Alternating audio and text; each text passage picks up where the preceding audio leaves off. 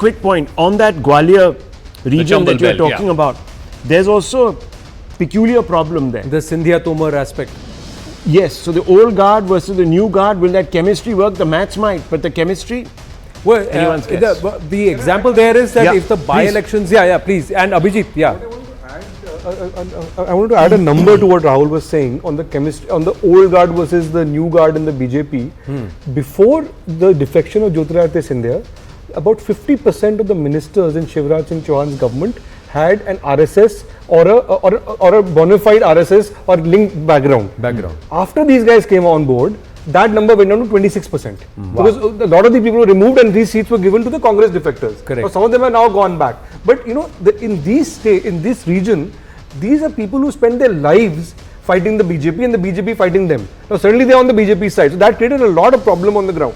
Yeah, but there has been some water under the bridge since that happened, and then the by-elections have happened, and now was that the reason why Narendra Tomar was also sent into that region? Well, and saying that rather than sitting somewhere else and orchestrating some diffusion there, you go there and ensure that there is a. So you know what I find really interesting in this is that every major BJP heavyweight in Madhya Pradesh has been deployed to fight the election, right? From ministers to MPs. Jyotiradittya Scindia, who's a minister, has not been deployed. He's campaigned, but he's not been made to contest. I find that really interesting. No, but perhaps that that's because they obviously don't want him as the chief minister, and they don't even want to put that message out there. No, somewhere I think it is. The message has been very clear the moment he became union minister and he was moved up, that his focus is now going to be at the center, and the state would be somewhere else. Because in Assam, you suddenly saw, a movement towards somebody who came from outside because of a larger number of factors. But here, of course, correct. But the HBS Sarbananda Sonowal equation is different because HBS was home minister for a long while at the first term. The one point that we forget,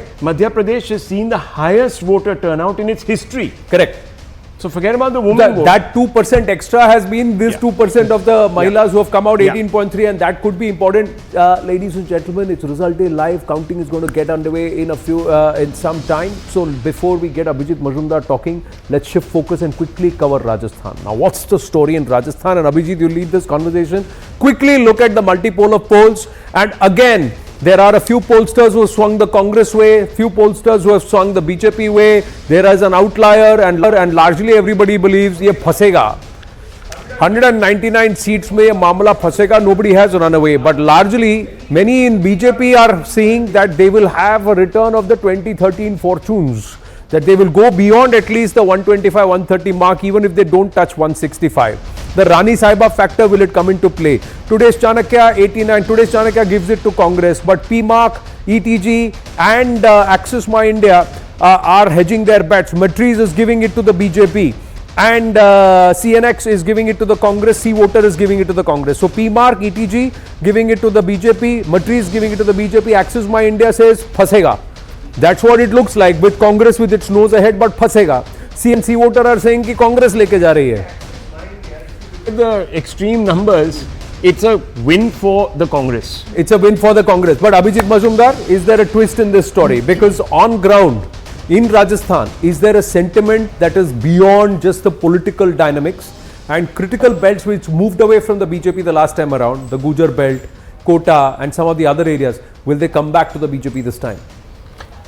See, what is confounding about the rest of the states, it's the same with Rajasthan. Rajasthan, because the reports that we have been getting from, say, Madhya Pradesh or Rajasthan or even Chhattisgarh, the exit polls do not seem to sort of match up to that. Rajasthan is actually the election for the BJP to take, because Hindutva politics is at play. I mean, it has been a cauldron of communal violence right from Kanhaiyalal's beheading to, at least about 2-3 dozen riots all across Rajasthan, from Alwar to Jodhpur to Jaipur. So it's a fit case for the BJP's Hindutva politics to sort of take over, and it usually does well. But which is why the exit poll results are a little sort of.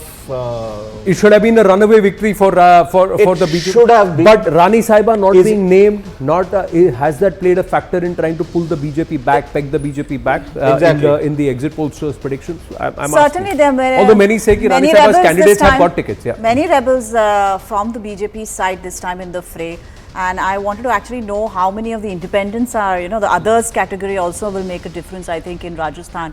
But what is most important in the Rajasthan thing and away from the exit polls is that if there is a, very marginal sort of a victory for the BJP in Rajasthan, then, there's a problem for the High Command in Delhi. And if Ashok Gehlot wins Rajasthan, bucking the trend, then again for the Congress High Command, there'll be a problem.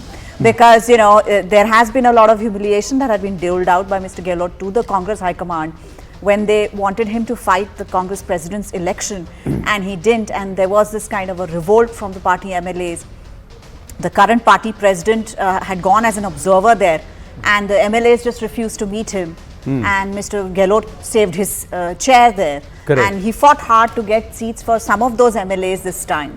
So if he wins, then it's actually cocking a steel Has Sachin Pilot. And a lot of these independents are also supported by Mr. Gehlot. Yeah. Right. So that's and let me tell you, there is That is a very unspoken consensus between the party in opposition as well as the party in Well, in government, Rajasthan. where you don't actually pay much heed to the independents. There's an agreement, and that's the reason why.